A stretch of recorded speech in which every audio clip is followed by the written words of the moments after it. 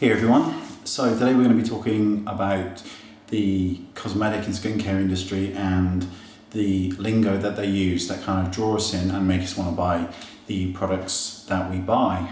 Just have a ginger beard going on here. Okay, so let's just talk about some buzzwords that are oftentimes used on cosmetic and skincare that kind of make us believe something that isn't really happening, okay? So the first one would be dermatologist tested. We see it a lot now on skincare. It's coming on makeup as well. It says dermatologist tested, so in our mind we think that a doctor has tested this, and they certainly have. A dermatologist probably did test it. It doesn't give us any more information. It doesn't tell us what test was performed. It doesn't even tell us if the dermatologist liked it. He may have hated it or she may have hated it, but it's still printed on there because they did test it. I mean, for all we know, they could have just dabbed it on the back of the hand and gone, yeah, we tested it. We don't know. So it's one of those words that's really just doesn't belong anywhere, because unless we know what they're doing, it's pointless printing it. Another one is hypoallergenic. Kind of gives you the impression that the product will not react on your skin or will be less likely to react on your skin. Now, I'm not a chemist, so if you are and you've got some insight that I don't, then definitely feel free to share it. But as far as I'm aware, there aren't any tests available that people do to test if a product is hypoallergenic. As far as I know, there aren't any test procedures in place. Sodium lauryl sulfate is oftentimes used as a test to say whether or not something will react, because sodium lauryl sulfate by itself is generally very irritating. So oftentimes they'll put an ingredient next to it and see if it reacts, and if it doesn't, then I guess you could say it's hypoallergenic. I don't know, but it's a nonsense word, because as far as I know, there are no tests around to kind of give you, it just doesn't make any sense. Another funny one, and this is one that really draws us in, especially people who are in my boat or who were in a similar boat with acne, is the word non-moisturised, which kind of means that the product will not break you out or is less likely to break you out.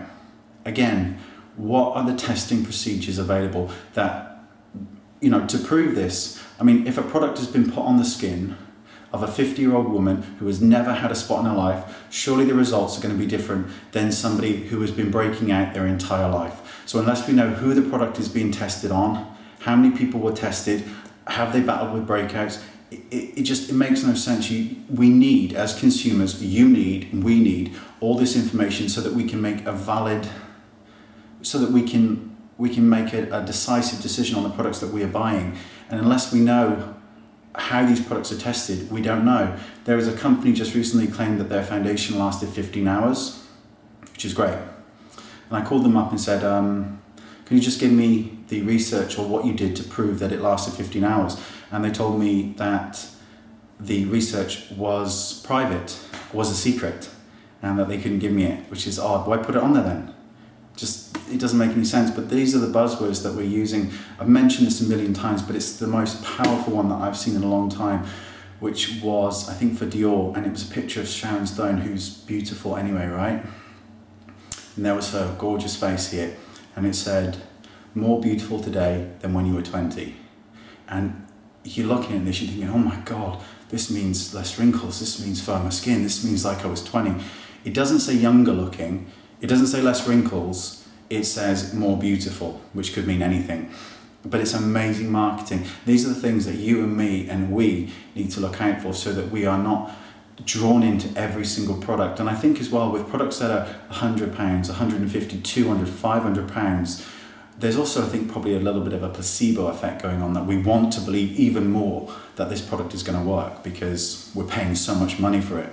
And with other companies that are doing, like Clinique 3-Step, right? You use the soap or the liquid soap, the scrubbing lotion, the moisturizer. We're kind of told we have to buy this 3 because they work in synergy together. That's not really true. We all know that's not really true, because it isn't. Clinique do some great products, Kiehl's do some great products.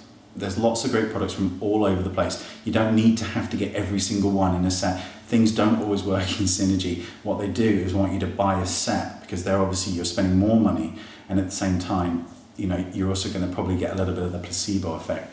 So I just want you to think a little bit more in terms of what you're buying, what the company is claiming. So next time you see dermatologist tested, or you see a new advert, think to yourself, well, what test was performed and who performed the test?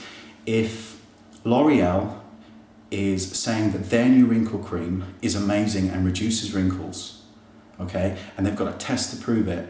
Ask who performed the test, because if L'Oreal paid for that test to be performed, there you go, they paid for that test. The findings are going to be favourable because they put money into it. It's going to be a favourable result. So these are things that you just need to think about so that we don't get ripped off and we get the best products we can for our money. So thanks for watching, and I'll see you all next time. Bye.